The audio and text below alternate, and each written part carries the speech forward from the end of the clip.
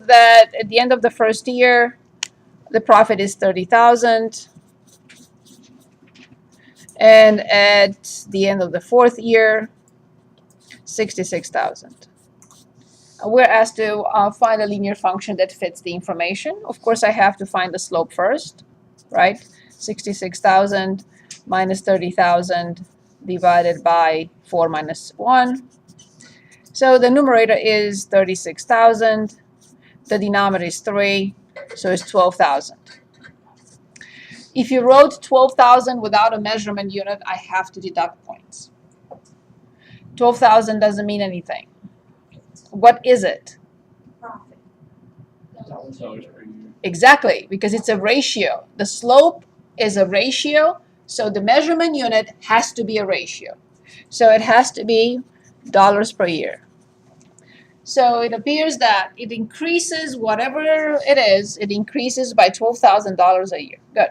And now I notice that these 2 points are not 0, comma a number.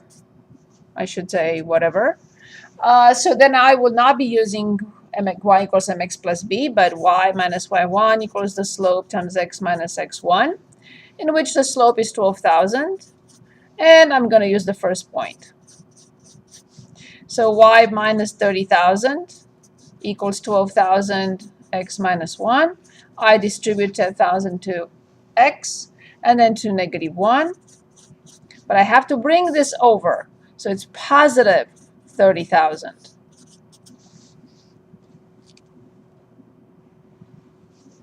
So I perform these calculations and I get that y equals 12,000 x and then plus 18, I'm sorry. 18,000. 30 minus 12. Use the equation to predict the company's profit at the end of the 7th year. So when x equals 7 years, then y equals 12,000 times 7 plus 18,000. And how much is that? What did you get? Almost everyone did this very well, correctly. I'm very glad to see that. So I have 12 times 7 and plus 18. And it's $102. Okay, so predict when the profit should reach 126. The profit is y, so 126,000 must equal 12,000 x plus 18,000. And then I subtract 18,000, and 26 minus 18 is 6. It's 8, I'm sorry. 108 equals 12,000, and I have 108 divided by 12. And almost everyone did it correctly, and it was 9 years. Very good, well done. Okay, so now let's go back to our word problems in section 4.5. So back to 4.5 so we can wrap up this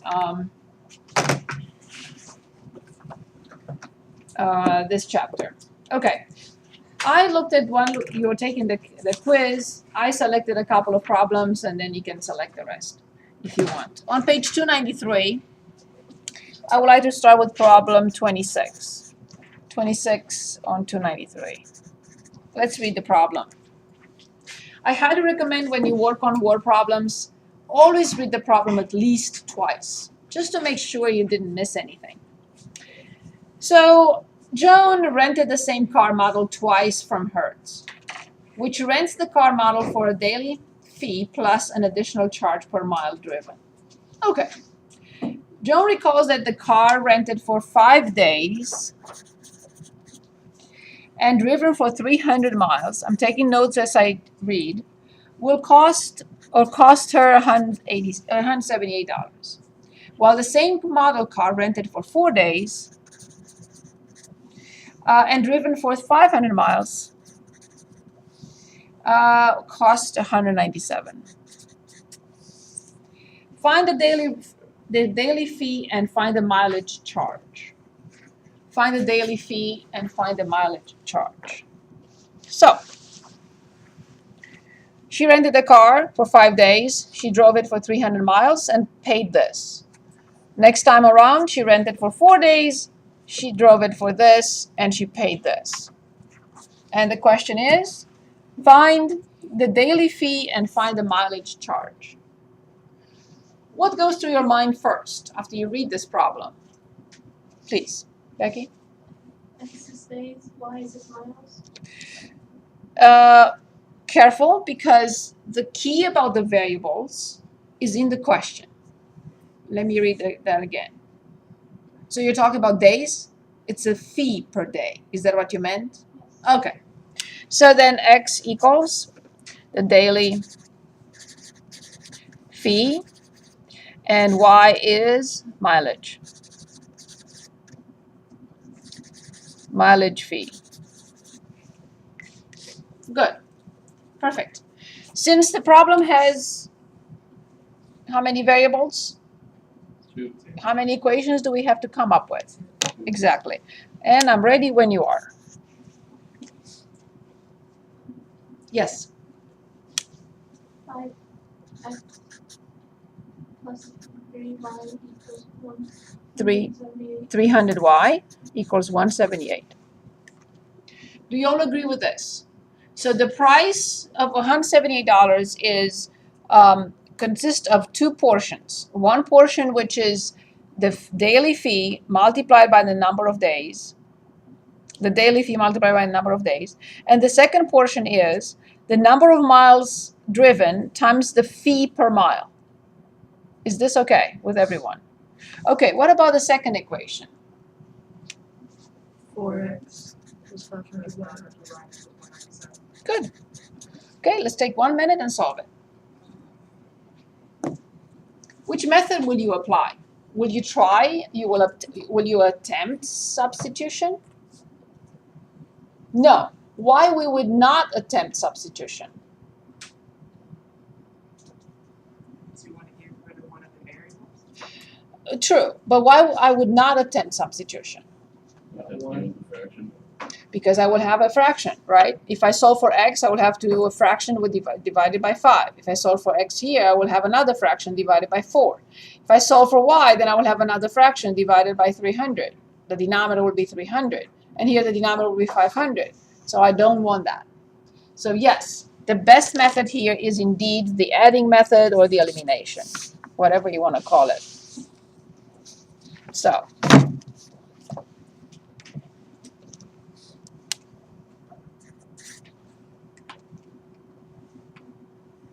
have you decided which variable to eliminate? I will eliminate x. Very good. In that case, both equations have to be multiplied by something. What will I multiply the first equation by? 4.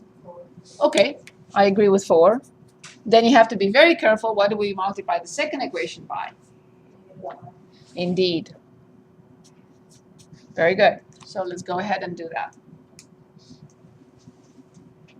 And when you have the two equations, please tell me what to write.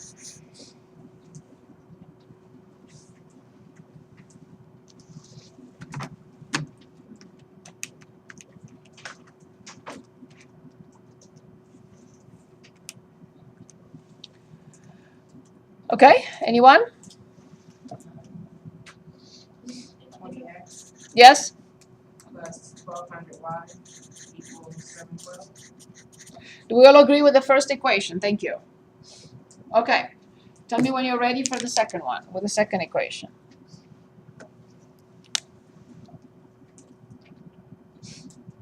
Can you do this? Okay, do this last part. Maybe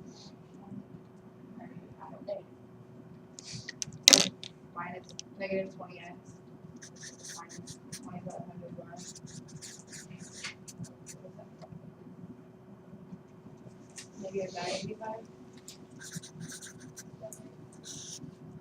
Are we okay?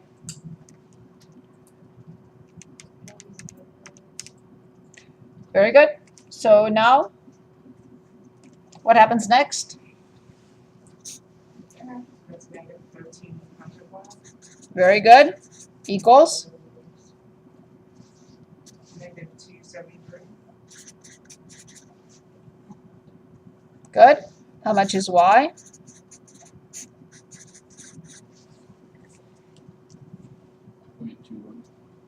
0.2? Is it 0.2? 0.21.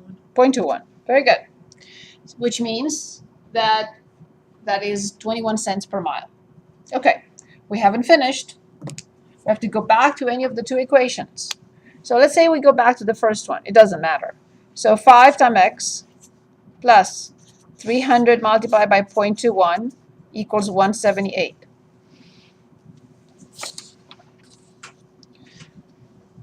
So then 5x equals 178 minus, this is 30, this is 63. So then 5x equals 178 minus 63. It's 115. So then x equals 20, right? 23. Is that correct? Yeah. So, and that is the fee per day, and this is per mile. The fee per mile. It appears that the system has a solution, a unique solution. What is it? Can anyone dictate the solution to us? 23, Yes, 21 cents. 0.21. Very good. Is this enough? No, it's not enough. I have to go back and check. So I go back to the original problem where I replace x by 23 and y by 0.21. Can you please verify and let me know if this is the correct solution?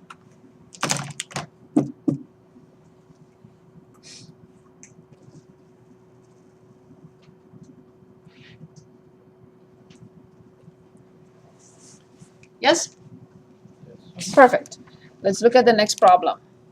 Problem 29 on page 293. Let's read the problem. Dave and Sandy are frequent flyers with Delta. They often fly from Philadelphia to Chicago, a distance of 780 miles. I'm taking notes as I read. On one particular trip, they fly into the wind, and the flight takes 2 hours. The return trip with the wind behind them, it takes only 1.5 hours. So from Philadelphia to Chicago and then from Chicago to Philadelphia. If the wind speed is the same on each trip, find the speed of the wind and the speed of the plane in still air.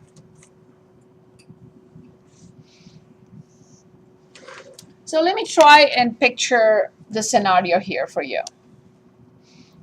So on the trip between Philadelphia and Chicago, they fly into the wind. So this is the wind, and this is their airplane. And this is how they go. They go from Philadelphia to Chicago. Okay, and this is 780 miles. Now on the return trip, which is still 780 miles, the wind is in the same direction, so that's the wind, and this is the plane.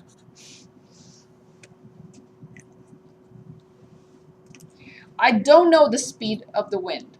I'm going to call it x. I don't know the speed of the plane. I'm going to call it y. So this is x, and this is y. This. Let's talk about this before we write anything down. First of all, how many variables we have? 2. The speed of the plane and the speed of the wind. Perfect. Now, second question. Imagine that I ride my bike and there is absolutely still air. I ride my bike and let's suppose all I can get, the fastest speed I can go at is 10 miles an hour. Let's say that's my maximum. Now imagine that I ride my bike and there is a backwind, a tailwind if you want. The tailwind is 2 miles an hour. All I can do is 10. But with this help of 2 miles an hour, what is my actual speed now? 12, indeed. Now also imagine that I'm riding my bike at 10 and all of a sudden wind starts and it's a headwind. And let's say it's a wind of 5 miles an hour. What is my actual speed? 5. When I get help, I go faster. When I have a force against me, I am pushed backwards. I cannot do 10. This force is pressing me or pushing me backwards by 5.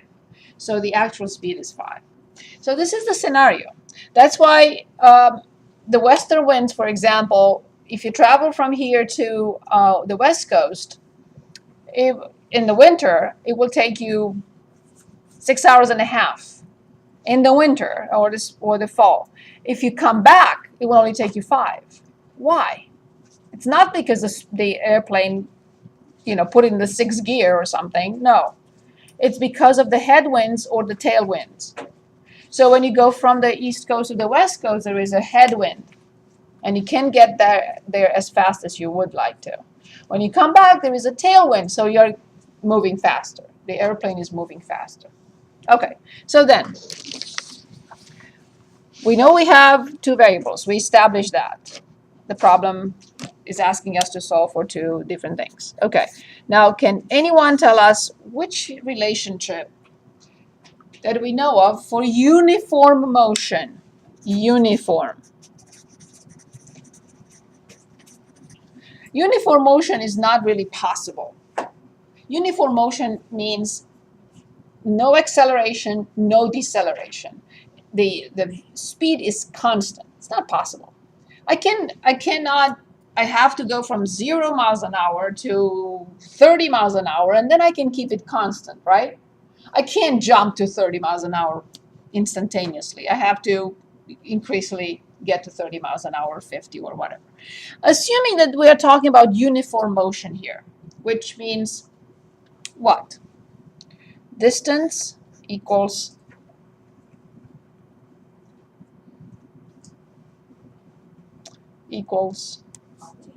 say it again. Yes, very good. Rate times time. Very good, perfect. Uniform motion, distance equals rate times time. Thank you. Assuming that this is the case, I need you to give me 2 equations. Please, let's start. Let's work on the first one. What will you...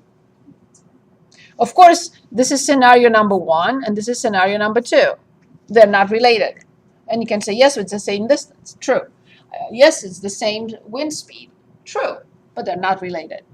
You cannot combine them, in other words. You have to write an equation for this scenario when they go from Philadelphia to Chicago, and you have to write a different equation for the second scenario in which they go back. So this is the formula that we have to use. This is the model for uniform motion. So what will you tell me to write? 780 equals Indeed. R So this is the distance. Very good. 780. Actually, in both cases. Perfect. equals R. I have to identify R. So I cannot have X and Y and R and T, right? Correct. There are too many variables already. So I have to establish what is. That's why I gave you the example with me riding my bike. So what is the speed on this scenario? But I was just saying, let's repeat this. I ride my bike at 10 miles an hour, and I get help from behind. What is my actual speed now? Right, exactly. So this is against the wind. It must be y minus x. Very good. The speed of the plane minus the force against the plane. Times time. What is the time? 2, indeed. Done.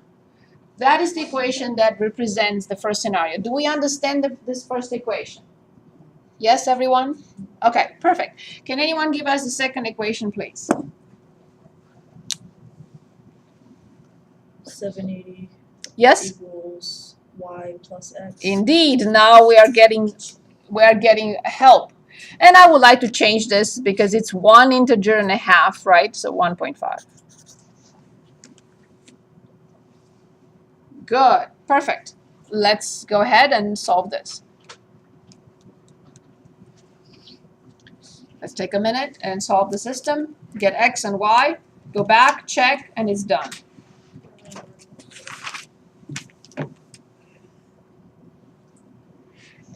One time that was last December of 2016. I left here at noon, and I was supposed to get to the West Coast in 5 hours, right? I left here at noon, and I was supposed to get there in 5 hours. I got there after midnight. Ooh. We couldn't make it. We had to make a stop and refuel because the headwinds were so strong that the airplane used the entire gasoline tank, and they had to stop in the meantime in the middle of the trip to refuel. So the headwinds can be that powerful. That powerful. Yep. More than 12 hours it took. Yep. It's no joke. Headwinds are could be very powerful.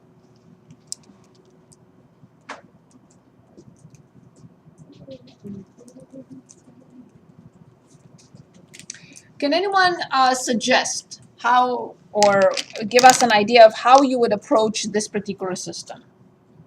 Division. I would do that. I would try to see if I could get rid of this and try to see if I could get rid of this, because then the system will be very nice. Y minus x equals whatever, and then y plus x equals whatever. And that would really, really help me, because then I will just add and get rid of x.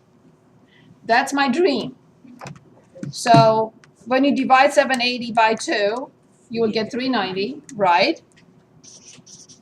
And when you divide 780 by 1.5, what do you get? 520. I like it. This is the easiest way. It's not the only way. You can distribute and so on and so forth. You have other options. But especially because it's a decimal number, I think I was hoping that 780 is divisible by 1.5. And it happened that it was. And now this is straightforward. What are you going to do here? Yeah, just add them up. You have 2y, and the left-hand side is 910. And then you divide both sides by 2, and you get, is it 4? 455. Good. Without a measurement unit means nothing.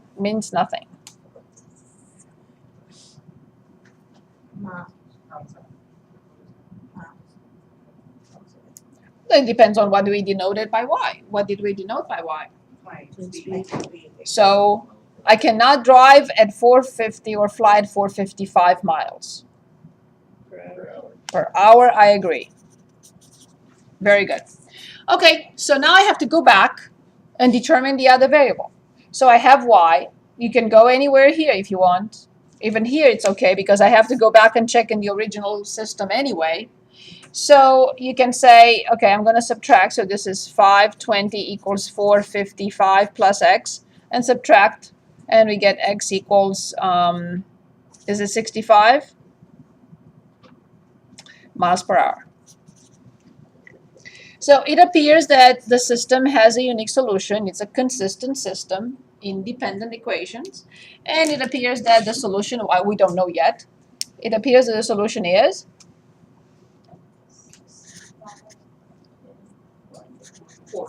good. So I have to go back to the original problem, right in here, where I replace x by 65 and y by 455. So, is it okay or not?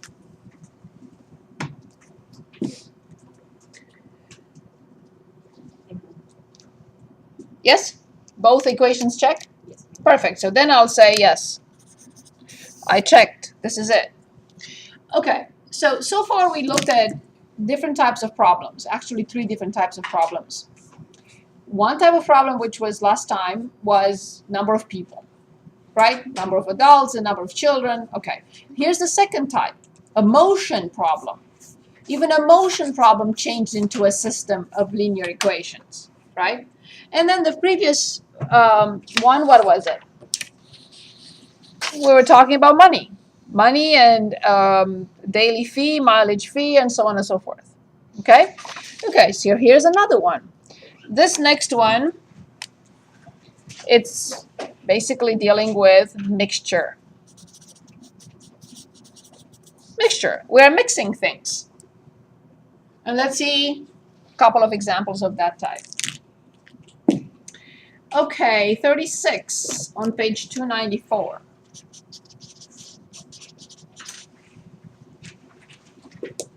Ready? So macadamia nuts cost an astounding, let's say, $16.50 per pound. Go to say M, $16.50 per pound. But the research by an independent firm says that mixed nuts sell better if macadamias are included. The standard mix cost, so standard, costs $9.25 per pound. Find how many pounds of macadamias and how many pounds of the standard mix should be combined to produce 40 pounds total. Okay, that will cost $10 per pound. Find the amounts to the nearest tenth of a pound, which means maybe don't expect integers or natural numbers in this case. Okay. This sounds difficult. Okay, let's address the problem. Let's read it again. Make sure we understand what we are given, and potentially what I like to do is draw a little picture. Let me see where I'm fine. Okay. So I have macadamia nuts here, and I know that this is $16.50 per pound. And I know that I have to mix them with standard mix, which it costs $9.25 per pound.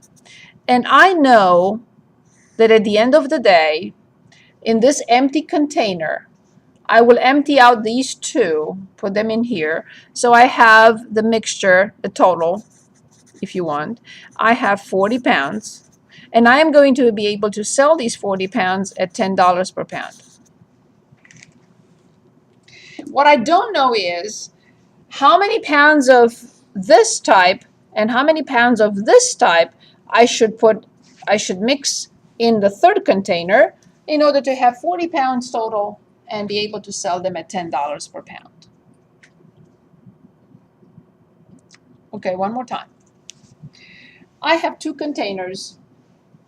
I don't know, this container has an unknown number of pounds of macadamia. This container has an unknown number of pounds of standard mix of nuts. I have a third empty container. I take these two and I empty them out completely in the third container. Now I know that in the third container I have a mixture. I have macadamia and I have standard mix of nuts. So I mix them together and I know I have 40 pounds, and once I sell those, I will be selling them at $10 a pound. How many variables does this problem have? 2. Okay, so let's say x is what and y is what? X is macadamia nuts. Number of pounds of macadamia. What does this, what does y represent? So I'm going to put it up here. What does y represent? Number of pounds standard. Same thing? And that's y. Perfect. Now you understand that all equations have to be consistent. In other words, I cannot say 5 pencils plus 3 erasers equals something, right? So I have to have money plus money equals money. Pounds plus pounds equals pounds. I cannot say pounds plus money equals something because that will not be true. It will be incorrect. So since we have the equation has, the problem has 2 variables, how many equations do I have to write? 2. Okay, I'm ready. Remember, they have to be consistent. So please tell me what I should write. X plus y equals 45. Absolutely. X plus Y equals 40. It's very clear. The first container has an unknown number of pounds. The second container, an unknown number of pounds, but the result is 40. So whatever they have inside, I don't care. I empty them in the third container and I have 40. So X plus Y must equal 40. Perfect. Next. 1650X. Very good. We're talking about money now. The cost, if you want, or the investment from here plus the investment from here must equal the investment from here. Or if you want revenue, whatever you want to call it. So yes, very good. Plus. 10 I certainly hope not, because it's $10 per pound. Yes, 40 multiplied by 10. Very good. I certainly hope not. The value here must be 40 pounds times 10. I cannot have just 10. Oh, okay, yeah. So, Is that clear? Why do you write it $400? That's exactly how I did here. Dollars times pounds. Dollars times pounds. Oh, no, yeah. Dollars times pounds. So it's just 400, it's not like 400. True, but I wanted to show. I should have written it actually 10 times 40 because that's how I wrote it here. Okay, 2 minutes. Let's solve the system. See, once we put the problem into a system, then the technique should be available to us because we learned it before. Good. So, 2 minutes.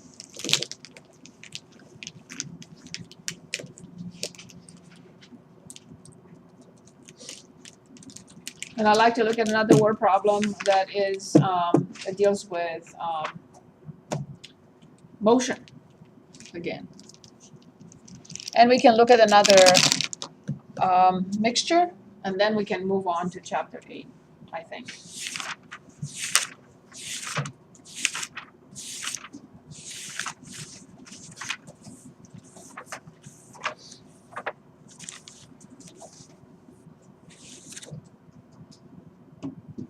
where would you start? Oh, I will get rid of the decimal numbers here, and then eliminate. You only, yes, you need the 100 because of 9.25. Then times all 30 by 500, right? If you multiply an equation, you have to multiply everything by 100, and then you will eliminate whatever you want, either X or Y. I strongly recommend that.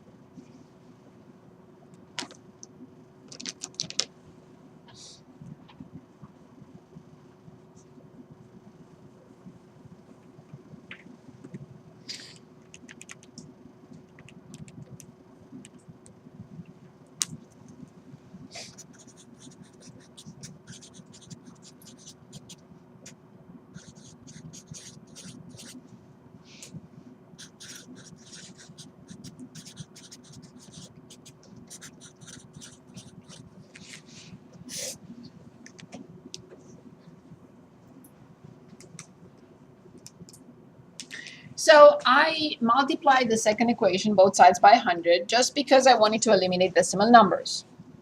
Do you have to do that? Not necessarily. I prefer working with numbers that are not just integers versus decimal numbers. But it doesn't mean that you have to do the same thing. So I multiplied by 100, then I multiplied the first equation by negative 925 because I planned on eliminating y. So I multiplied all the three terms, both sides, by negative 925, and now I'm ready to do what? Right. So here I have 40 minus 37, which has to be 3,000. And here I have 1650 minus 25. Then I have 25 and 9, I think it's 7. Yeah. Okay, so then x equals, they warned us, the problem says, find the amount to the nearest tenth of a pound. So what did we get? 4.1 pounds. Good. Now I would like to determine y, and then I go back and check the system. So if x is 4.1 and their sum is 40, how much should y be?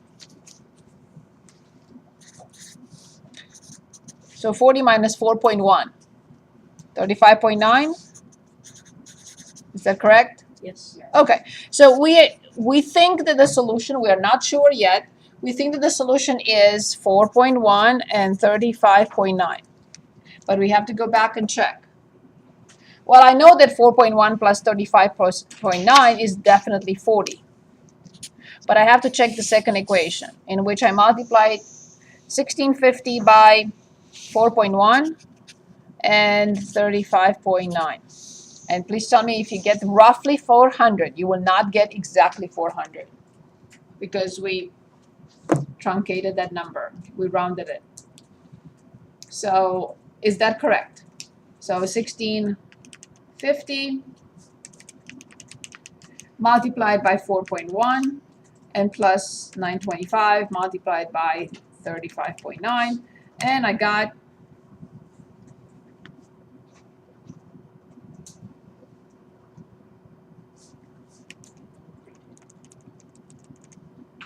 I messed up in here, okay?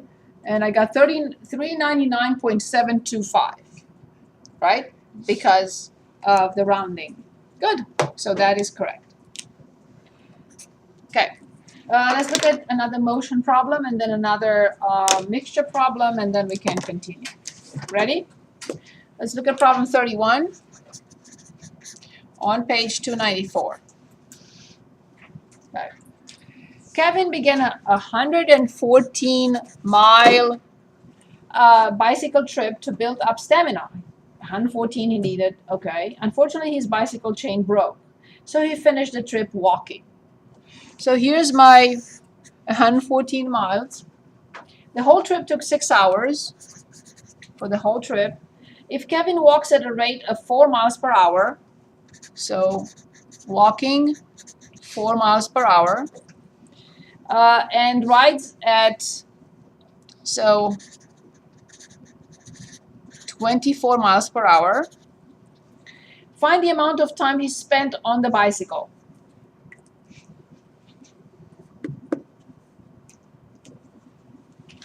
So let's think about this problem and read it one more time first. So he's supposed to go from point A to point B riding his bike. The total number of miles, 114. Total number of hours for the whole trip.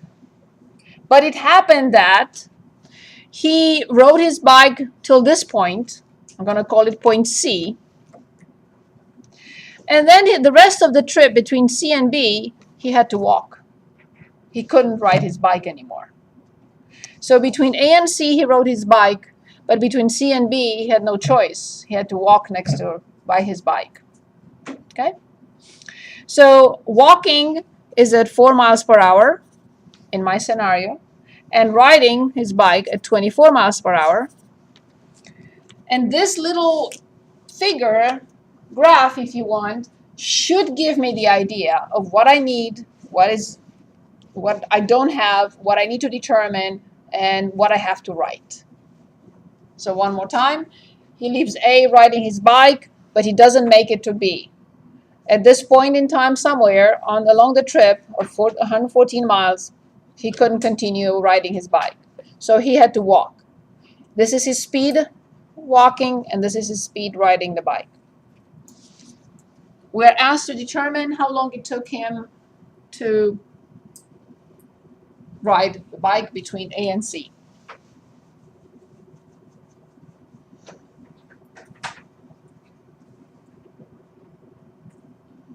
Again, whatever I decide that the variables are, number one, the equations must be consistent. Okay. What do we have and what we don't have? We do have the distance.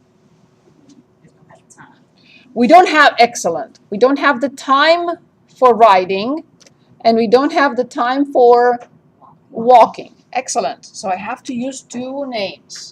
I'm going to use T1 time 1 for the trip between A and C. And how do you want to call the second one? Of course, T2. If I use T1, I will use T2. If you don't like T1 and T2, you can use X and Y. You can use A and B, use whatever variable you want. Good. So I have the speed. I have the total distance. I have the total number of hours from A to B, 6 hours. But I do not know exactly how long it took him from the starting point till the chain broke. And so in other words, riding the bike, and I don't know how long it took him to get from C to B walking. Perfect. Therefore, there are two variables, time 1 between A and C and time 2 between C and B. So I know that I have to write how many equations? Exactly, and I'm ready when you are.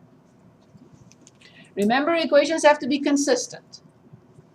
X plus Y equals Okay, you're right, T1 plus T2, yes. Very good, equals? 114. This means that the number of hours riding plus the number of hours walking equals miles. Perfect. Good.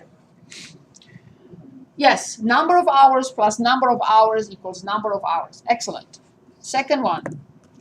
24 T1 plus 4 T2 Excellent. equals 114. Exactly. Miles plus miles equals miles. Excellent. Thank you, guys. Good.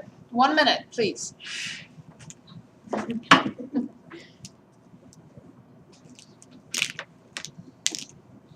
Well done.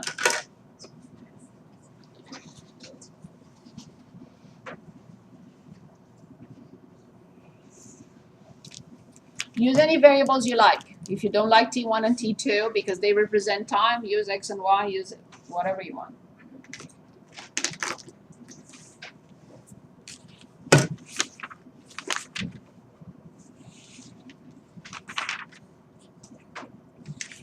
I'm trying to find another mixture problem. Oh, I did.